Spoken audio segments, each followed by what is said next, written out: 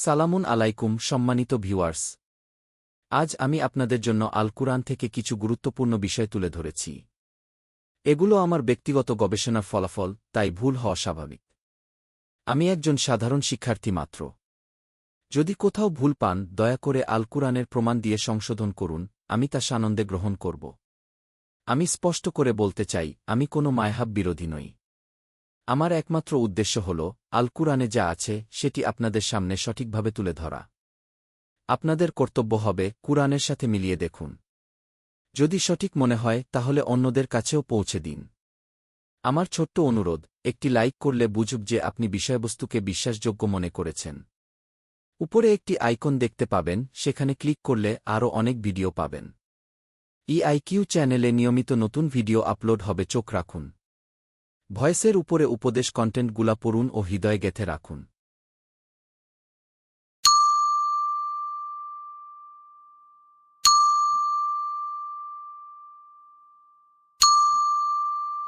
Part ১, ভূমিকা, লূত আলাইহিস সাল্লাম এর পরিচয় ও প্রেরণ।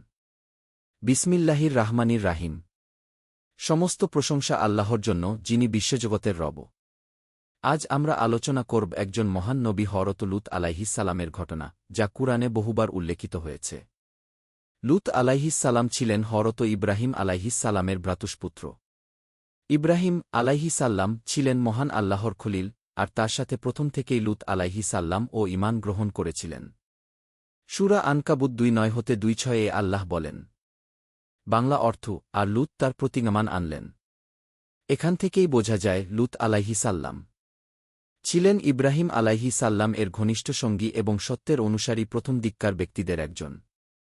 ইব্রাহিম আলাইহিস সাল্লাম যখন আল্লাহর ডাকে সাড়া দিয়ে নিজের মাতৃভূমি ইরাক ছেড়ে বেরিয়ে পড়লেন, তখন লূত আলাইহিস সাল্লাম তার সাথেই হিজরত করেছিলেন। তারা ফিলিস্তিনের দিকে যাত্রা করেছিলেন। কিন্তু আল্লাহ লূত আলাইহিস সাল্লামকে একটি বিশেষ জাতির জন্য প্রেরণ করলেন। সে জাতি ছিল সদুম নগরীর অধিবাসী। বর্তমান সময়ে গবেষকরা বলেন সেই এলাকা ছিল মৃত সাগরের আশপাশের অঞ্চল। কুরআন যদিও সুনির্দিষ্ট নাম বলেনি, তবে শুধু এটুকুই জানায় যে ওরা ছিল সীমালঙ্ঘনকারী ও অশ্লীলতাকারী এক জাতি। আল্লাহ লূত আলাইহিস সাল্লাম কে নবী হিসেবে পাঠালেন তাদেরকে সতর্ক করার জন্য। আল্লাহ বলেন সূরা আশ-শুআরা ২-৬ আয়াত ১৬১-১৬২। বাংলা অর্থ, যখন তাদের কাছে তাদের ভাই লূত বললেন, তোমরা কি আল্লাহকে ভয় করবে না? নিশ্চয়ই আমি তোমাদের জন্য একজন বিশ্বস্ত রাসূল। এই আয়াত প্রমাণ করে লূত আলাইহিস সাল্লাম তার জাতির কাছে শুধুমাত্র নবী নন, বরং ভাই হিসেবে বর্ণিত হয়েছেন। অর্থাৎ তিনি সেই জাতির মানুষ ছিলেন, তাই তিনি তাদের ভাষা, সংস্কৃতি এবং সমাজ সম্পর্কে ভালোভাবে জানতেন। সুতরাং ভূমিকা থেকে আমরা বুঝতে পারি লূত আলাইহিস সাল্লাম এর মূল সম্পর্ক ইব্রাহিম আলাইহিস সাল্লাম এর সাথে গভীর। তিনি ইব্রাহিম আলাইহিস সাল্লাম এর সঙ্গ ত্যাগ করে আল্লাহর নির্দেশে এক বিশেষ মিশনে নিয়োজিত হন। তার দায়িত্ব ছিল অশ্লীলতায় নিমজ্জিত এক জাতিকে সতর্ক করা। এভাবেই শুরু হয় লূত আলাইহিস সাল্লাম এর নবুয়তের যাত্রা। পার্ট ২, সদুম নগরীর সমাজ অবস্থা। হযরত লূত আলাইহিস সালামকে যে নগরীতে পাঠানো হয়েছিল সেটি ছিল সদুম নগরী। সেখানে মানুষের চরিত্র ও আচার-আচরণ ছিল ভয়াবহভাবে অধপতিত। আল্লাহ তাআলা সূরা আল-আরাফ ৭ আয়াত ৮০-৮১ বলেন, বাংলা অর্থ, আর লূতকে স্মরণ করো, যখন তিনি তার সম্প্রদায়কে বললেন, তোমরা কি এমন অশ্লীল কাজ কর যা জগতের কোনো মানুষ তোমাদের আগে করেনি? তোমরা নারীদের ছেড়ে পুরুষদের কাছে কামনা পূরণের জন্য যাও। বরং তোমরা সীমালঙ্ঘনকারী এক সম্প্রদায়। এই আয়াত থেকে স্পষ্ট হয় যে সদুম নগরীর মানুষ সমকামিতা শুরু করেছিল। এর আগে মানব ইতিহাসে এ ধরনের অশ্লীলতার দৃষ্টান্ত ছিল না। সমাজের অধপতন। সদুমবাসী শুধু সমকামিতাতেই সীমাবদ্ধ ছিল না। তারা পথচারীদের ভয় দেখাত, ডাকাতি করত, সভ্যতার শালীনতা ধ্বংস করেছিল এবং প্রকাশ্যে অশ্লীল কাজে লিপ্ত হতো। কুরআন সূরা আনকাবুত ২-৯ আয়াত ২-৯ এ তাদের কাজ সম্পর্কে বলে। বাংলা অর্থ, তোমরা কি অশ্লীলতায় লিপ্ত হও না? পথ রুদ্ধ করো না? আর তোমরা তোমাদের সমাবেশে অশ্লীল কাজ করো না? এখানে দেখা যাচ্ছে তারা শুধু গোপনে নয়, বরং প্রকাশ্যেও অশ্লীলতা করত। ২, সমকামিতার স্বাভাবিকীকরণ। এই নগরীতে পুরুষ-নারীর বৈধ সম্পর্ককে মূল্যহীন মনে করা হতো। তারা নারীদের উপেক্ষা করত এবং পুরুষের সাথে পুরুষের অস্বাভাবিক সম্পর্ককে উপভোগ হিসেবে নিত। এই অবস্থাই ছিল সমাজের সবচেয়ে ভয়াবহ দিক, যা পুরো মানব সভ্যতাকে কলুষিত করেছিল। ৩ সীমালঙ্ঘন ও অহংকার। সদুমবাসীরা নিজেদের অপরাধকে পাপ মনে করত না, বরং গর্ব করত, একে সমাজের নিয়ম বানিয়ে নিয়েছিল। তাই আল্লাহ তাদেরকে কি মুসরিফুন বলেছেন, অর্থাৎ সীমালঙ্ঘনকারী। সারসংক্ষেপ: সদুমের সমাজে অশ্লীলতা সর্বত্র ছড়িয়ে গিয়েছিল। বৈধ সম্পর্ক পরিত্যাগ করে অস্বাভাবিক সম্পর্ককে গ্রহণ করেছিল। অন্যায়, ডাকাতি, প্রকাশ্য অশ্লীলতা ছিল তাদের অভ্যাস। তারা নিজেদের অপরাধকে পাপ মনে করত না, বরং অহংকার করত। এ কারণেই আল্লাহ তায়ালা লূত আলাইহিস সাল্লামকে পাঠালেন তাদেরকে সতর্ক করতে এবং সত্য পথে ডাকতে। ৩ লূত আলাইহিস সাল্লাম এর দাওয়াত ও সতর্কবাণী। লূত আলাইহিস সালামের দায়িত্ব ছিল তার জাতিকে আল্লাহর একত্ববাদ, নৈতিকতা ও শালীনতার দিকে আহ্বান করা। তিনি খুবই স্পষ্টভাবে এবং ধারাবাহিকভাবে তাদের ভুল কাজগুলো থেকে ফিরতে বলেছিলেন। ১ আল্লাহকে ভয় করার আহ্বান। কুরআনে সূরা আশ-শুআরা ২-৬ আয়াত ১৬১ হতে ১৬৩ বলা হয়েছে। বাংলা অর্থ: যখন তাদের কাছে তাদের ভাই লূত বললেন, তোমরা কি আল্লাহকে ভয় করবে না? নিশ্চয়ই আমি তোমাদের জন্য একজন বিশ্বস্ত রাসূল। অতএব তোমরা আল্লাহকে ভয় করো এবং আমার আনুগত্য করো। এখানে তিনি প্রথমেই আল্লাহভীতি এবং তার আনুগত্যকে সামনে এনেছেন। অর্থাৎ যে জাতি আল্লাহকে ভয় করবে না, তার মধ্যে নৈতিকতা টিকবে না। ২ অশ্লীলতা থেকে বারণ। লূত আলাইহিস সাল্লাম সরাসরি তাদের বলেছিলেন, নারীদের ছেড়ে পুরুষদের কাছে যাওয়াটা ঘৃণ্য ও সীমালঙ্ঘন। আল-আরাফ ৭ হতে ৮-১। তিনি এই কাজকে ফাহিশাহ বলেছেন, অর্থাৎ মারাত্মক অশ্লীলতা। তিনি জাতিকে সতর্ক করেছিলেন যে এর পরিণাম ভয়াবহ হবে। ৩ বৈধ সম্পর্কের দিকে আহ্বান। কুরআনে সূরা হুদ ১-১ আয়াত ৭-৮ বর্ণিত আছে, লূত আলাইহিস সাল্লাম বলেছিলেন। বাংলা অর্থ: এরা আমার কন্যারা, এরা তোমাদের জন্য অধিক পবিত্র। এখানে কন্যা বলতে শুধু তার নিজ কন্যা নয়, বরং পুরো জাতির মেয়েদের দিকেই ইঙ্গিত করা হয়েছে। তিনি বোঝাতে চেয়েছেন, বৈধ বিবাহের মাধ্যমে সম্পর্ক স্থাপনই পবিত্র উপায়। ৪ ঈমানদারির আমন্ত্রণ। লূত আলাইহিস সাল্লাম তার জাতিকে শুধু অশ্লীলতা থেকে ফিরতে বলেননি, বরং তাওহীদ বা এক আল্লাহর ইবাদতের দিকে আহ্বান করেছেন। তিনি তাদের বলেছেন, আল্লাহই প্রকৃত রব। আল্লাহরই বিধান মেনে চলতে হবে। অন্যায় কাজ ত্যাগ না করলে আল্লাহর শাস্তি নেমে আসবে। সারসংক্ষেপ: লূত আলাইহিস সাল্লাম এর দাওয়াত মূলত ৩টি বিষয় ছিল। ১ আল্লাহকে ভয় করা ও তার রাসূলের আনুগত্য করা। ২ অশ্লীলতা ও সমকামিতা থেকে বিরত থাকা। ৩ বৈধ সম্পর্ক ও সৎপথে ফিরে আসা। কিন্তু তার জাতি এই আহ্বানে কর্ণপাত করেনি, বরং তাকে বিদ্রূপ করেছে, করেছে, এমনকি তাকে দেশ থেকে বের করে দেওয়ার হুমকি দিয়েছে। ৫ অতিথিদের আগমন। ১ ফেরেশতাদের আগমন। লূত আলাইহিস সালামের জাতির উপর আল্লাহর শাস্তি আসার আগে ফেরেশতারা তার কাছে মানুষের রূপে আগমন করেছিলেন। তারা দেখতে ছিলেন খুবই সুদর্শন যুবকের মতো। সূরা হুদ ১-১ আয়াত ৭ বলা হয়েছে।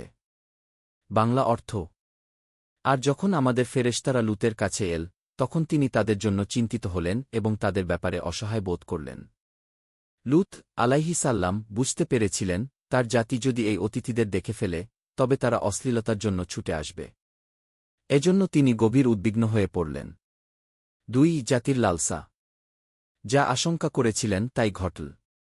তার জাতির লোকেরা অতিথিদের কথা শুনে লালসার বসে দৌড়ে এল। কুরআনে সূরা হুদ ১-১ আয়াত ৭-৮ বলা হয়েছে। বাংলা অর্থ: আর তার কাছে তার সম্প্রদায় দ্রুত দৌড়ে এল, এর আগে তারা মন্দ কাজ করে আসছিল। তারা লূত আলাইহিস সাল্লাম কে বলল, অতিথিদের আমাদের হাতে দাও। এটি ছিল সীমালঙ্ঘন ও নৈতিকতার চরম অবক্ষয়। ৩ লূত আলাইহিস সাল্লাম এর কষ্ট ও আহ্বান। লূত আলাইহিস সাল্লাম গভীর দুঃখ ও কষ্টে তাদের বোঝাতে চেষ্টা করলেন। ৪ অপরাধে জেদ। তাদের অপরাধ এতটাই গভীর ছিল যে তারা নিজেদের কুকাজের জন্য অনুতপ্ত হয়নি, বরং লূত এর অতিথিদের দিকে লালসা নিয়ে ছুটে গিয়েছিল। কুরআনে সূরা হুদ ১-১ ৭-৮ বলা হয়েছে। বাংলা অর্থ: আর তার কাছে তার সম্প্রদায় দ্রুত দৌড়ে এল। এর আগে তারা মন্দ কাজ করে আসছিল কি? সারসংক্ষেপ: লূত এর জাতি তাকে বিদ্রূপ করেছিল। তাকে এবং তার পরিবারকে শহর থেকে বের করে দেওয়ার পরিকল্পনা করেছিল। তারা সত্যকে অস্বীকার করেছিল এবং অপরাধে জেদ ধরে রেখেছিল। তারা এতটাই অধপতিত ছিল যে অতিথিদের প্রতিও অশ্লীল উদ্দেশ্যে দৌড়ে এসেছিল। এতে স্পষ্ট যে যখন একটি জাতি সত্য প্রত্যাখ্যান করে এবং অন্যায়কে প্রতিষ্ঠিত করে, তখন তাদের ধ্বংস অনিবার্য হয়ে যায়। পার্ট ৫: অতিথিদের আগমন। ১. ফেরেশতাদের আগমন। লূত আলাইহিস সালামের জাতির উপর আল্লাহর শাস্তি আসার আগে ফেরেশতারা তার কাছে মানুষের রূপে আগমন করেছিলেন। তারা দেখতে ছিলেন খুবই সুদর্শন যুবকের মতো। সূরা হুদ ১ আয়াত ৭ বলা হয়েছে। বাংলা অর্থ: আর যখন আমাদের ফেরেশতারা লূতের কাছে এল, তখন তিনি তাদের জন্য চিন্তিত হলেন এবং তাদের ব্যাপারে অসহায় বোধ করলেন। লূত আলাইহিস সাল্লাম বুঝতে পেরেছিলেন তার জাতি যদি এই অতিথিদের দেখে ফেলে, তবে তারা অশ্লীলতার জন্য ছুটে আসবে। এজন্য তিনি গভীর উদ্বিগ্ন হয়ে পড়লেন। ২. জাতির লালসা। যা আশঙ্কা করেছিলেন তাই ঘটল। তার জাতির লোকেরা অতিথিদের কথা শুনে লালসার বসে দৌড়ে এল। কুরআনে সূরা হুদ ১ আয়াত ৭-৮ বলা হয়েছে। বাংলা অর্থ: আর তার কাছে তার সম্প্রদায় দ্রুত দৌড়ে এল, এর আগে তারা মন্দ কাজ করে আসছিল। তারা লূত আলাইহিস সাল্লাম কে বলল, অতিথিদের আমাদের হাতে দাও। এটি ছিল সীমালঙ্ঘন ও নৈতিকতার চরম অবক্ষয়। ৩. লূত আলাইহিস সাল্লাম এর কষ্ট ও আহ্বান। লূত আলাইহিস সাল্লাম গভীর দুঃখ ও কষ্টে তাদের বোঝাতে চেষ্টা করলেন। হুদ ১ আয়াত ৭-৮। বাংলা অর্থ: হে আমার সম্প্রদায়! এরা আমার কন্যারা তোমাদের জন্য বৈধ বিবাহের পথ, তারা তোমাদের জন্য অধিক পবিত্র। লূত আলাইহিস সাল্লাম বলতে চেয়েছিলেন, বৈধ উপায়ে নারীদের সাথে সম্পর্ক করো, এটাই পবিত্র। কিন্তু তার জাতি তা মানল না। তারা অন্ধ জেদের বশে নৈতিকতার সব সীমা অতিক্রম করছিল। ৪. অসহায় অবস্থায় লূত আলাইহিস সাল্লাম এতটাই কষ্ট পেলেন যে তিনি বলে উঠলেন। হুদ ১ আয়াত ৮-০। বাংলা অর্থ: হায়, যদি আমার তোমাদের বিরুদ্ধে শক্তি থাকত, অথবা আমি যদি কোনো শক্তিশালী আশ্রয়ের দিকে ফিরে যেতে পারতাম। তিনি মানুষের দিক থেকে নিজেকে অসহায় মনে করছিলেন, তবে আল্লাহর সাহায্যের ব্যাপারে পূর্ণ আস্থা রেখেছিলেন। ৫. ফেরেশতাদের সান্ত্বনা। অতঃপর ফেরেশতারা নিজেদের পরিচয় প্রকাশ করলেন। তারা বললেন। হুদ ১ বাংলা অর্থ: হে লূত! আমরা তোমার রবের দূত। তারা কখনোই তোমার কাছে পৌঁছাতে পারবে না। ফেরেশতারা আশ্বস্ত করলেন যে শীঘ্রই শাস্তি নেমে আসবে। সারসংক্ষেপ: ফেরেশতারা মানুষের রূপে লূত আলাইহিস সাল্লাম এর কাছে অতিথি হয়ে এলেন। তার জাতি অতিথিদের দিকে লালসায় দৌড়ে এল। লূত আলাইহিস সাল্লাম খুব কষ্ট নিয়ে তাদের বৈধ পথে আহ্বান করলেন। তিনি নিজেকে অসহায় মনে করলেন, কিন্তু আল্লাহর সাহায্যের আশা রাখলেন। ফেরেশতারা তাকে সান্ত্বনা দিলেন এবং শাস্তির ঘোষণা দিলেন। পার্ট ৬: শাস্তির ঘোষণা ও ধ্বংস। ১. শাস্তির সময় নির্ধারণ। যখন লূত আলাইহিস সাল্লাম অত্যন্ত অসহায় হয়ে পড়লেন, তখন ফেরেশতারা তাকে সান্ত্বনা দিয়ে নিজেদের পরিচয় প্রকাশ করলেন। তারা বললেন। সূরা হুদ ১ আয়াত ৮-১। বাংলা অর্থ: হে লূত! আমরা তোমার রবের দূত। তারা কখনোই তোমার ক্ষতি করতে পারবে না। তুমি রাতের কিছু অংশে তোমার পরিবার নিয়ে বের হয়ে যাও, এবং তোমাদের কেউ পেছনে ফিরে তাকাবে না।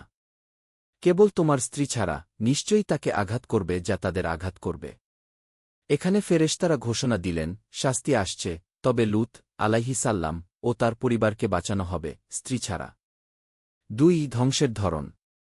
কুরআনে একাধিক সূরায় লূত আলাইহিস সাল্লাম এর জাতির ধ্বংসের বর্ণনা এসেছে। সূরা হুদ ১ আয়াত ৮-২-৮-৩।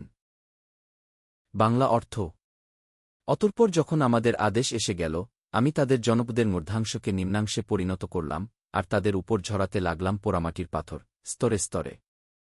তোমার রবের কাছে চিহ্নিত ছিল সেই পাথর, আর তা জালিমদের থেকে দূরে নয়। অর্থাৎ শহরকে উল্টে দেওয়া হয়েছিল এবং তারপরে আকাশ থেকে পাথরের বৃষ্টি হয়েছিল। ৩. লূত আলাইহিস সাল্লাম এর স্ত্রী। লূত আলাইহিস সাল্লাম এর স্ত্রী ছিল তার জাতির অপরাধে অংশগ্রহণকারী ও সমর্থক। তাই আল্লাহ তাকে বাঁচালেন না। সূরা আত-তাহরিম ৬ আয়াত ১-০ তাকে অবিশ্বাসী নারীর উদাহরণ হিসেবে উল্লেখ করা হয়েছে। 4 চিরস্থায়ী নিদর্শন। আল্লাহ বলেন, তাদের ধ্বংসকে আমি নিদর্শন হিসেবে রেখে দিয়েছি। সূরা আনকাবুত 2:9-3-5।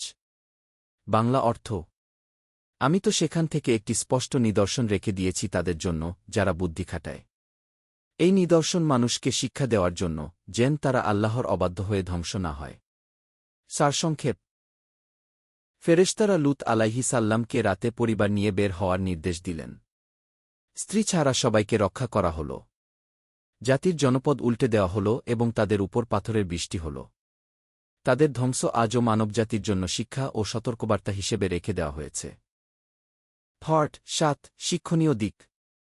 লূত আলাইহিসসালামের কাহিনী শুধু একটি ঐতিহাসিক ঘটনা নয়, বরং মানবজাতির জন্য স্থায়ী শিক্ষা।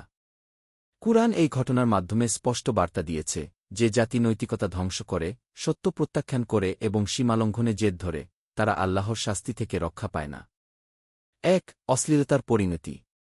লূত আলাইহিসাল্লাম এর জাতির সবচেয়ে বড় অপরাধ ছিল অশ্লীলতা ও সমকামিতা। কুরআনে এটিকে বলা হয়েছে ফাহিশাহ, মারাত্মক অশ্লীলতা। আজও যদি সমাজে এ ধরনের কাজকে স্বাভাবিক করে তোলা হয়, তবে তা নৈতিক ধ্বংস ডেকে আনে। 2 নৈতিক শুদ্ধতা ও বৈধ সম্পর্ক। লূত আলাইহিসাল্লাম তার জাতিকে শিখিয়েছিলেন, বৈধ সম্পর্কই হল পবিত্র জীবনযাপনের পথ। তার কথা, এরা আমার কন্যারা, এরা তোমাদের জন্য অধিক পবিত্র। হুদ 1:7-8। অর্থাৎ বিবাহের মাধ্যমে সম্পর্ক স্থাপনই শালীন ও গ্রহণযোগ্য। 3 সংখ্যাগরিষ্ঠের ভ্রান্তি। লূত আলাইহিসাল্লাম এর জাতির অধিকাংশ মানুষ অন্যায় কাজ করত। কিন্তু তিনি একা সত্য প্রচার করেছেন। এটি শিক্ষা দেয় যে সংখ্যাগরিষ্ঠ যদি অন্যায় করে, তবে অন্যায়ই সঠিক হয়ে যায় না। 4 আল্লাহর শাস্তি নিশ্চিত। কুরআন বলে, যখন অন্যায় সীমা ছাড়িয়ে যায়, তখন আল্লাহর শাস্তি অবধারিত হয়ে যায়। লূত আলাইহিসাল্লাম এর জাতি ধ্বংস হয়েছিল শহর উল্টে দেওয়ার মাধ্যমে এবং আকাশ থেকে পাথরের বৃষ্টির মাধ্যমে। এটি সতর্কবার্তা যে অন্যায় কখনো অমর্যাদিত অবস্থায় টিকে থাকতে পারে না। 5 দিনদার পরিবারও পরীক্ষিত। লূত আলাইহিসাল্লাম এর স্ত্রী কুফর ও অন্যায়ের সাথী হওয়ায় তিনি রক্ষা পাননি। এটি শিক্ষা দেয়, রক্তের সম্পর্ক নয়, বরং ঈমান ও কর্মেই মানুষের পরিণতি নির্ধারণ করে। 6 নিদর্শন হিসেবে বাকি। আল্লাহ বলেন, লূত আলাইহিসাল্লাম এর জাতির ধ্বংস আমি রেখে দিয়েছি শিক্ষা হিসেবে। আনকাবুত 2:9-3-5। এটি বোঝায়, ইতিহাস শুধু অতীত নয়, বরং বর্তমান ও ভবিষ্যতের জন্য শিক্ষা। 7 আজকের মানবতার জন্য শিক্ষা। সমাজে অশ্লীলতা ছড়িয়ে পড়লে তা থামানো অপরিহার্য। বৈধ সম্পর্ক ছাড়া অন্য কোনো পথ গ্রহণযোগ্য নয়। সত্যকে ধরে রাখতে হলে একা হলেও ডটিয়ে থাকতে হয়। ঈমান ছাড়া কেউ রক্ষা পাবে না, এমনকি নবীর স্ত্রীও নয়। অন্যায়ের বিরুদ্ধে দাঁড়ানো না হলে পুরো সমাজ শাস্তির মুখে পড়তে পারে। সারসংক্ষেপ: লূত আলাইহিসসালামের জাতির ঘটনা আমাদের সতর্ক করে দেয়। অশ্লীলতা ও সীমালঙ্ঘনের পরিণতি ভয়াবহ। আল্লাহর প্রতি ঈমান, নৈতিক শুদ্ধতা ও বৈধ সম্পর্ক ছাড়া সমাজে শান্তি সম্ভব নয়। ইতিহাস থেকে শিক্ষা না নিলে একই পরিণতি আমাদের উপরও আসতে পারে।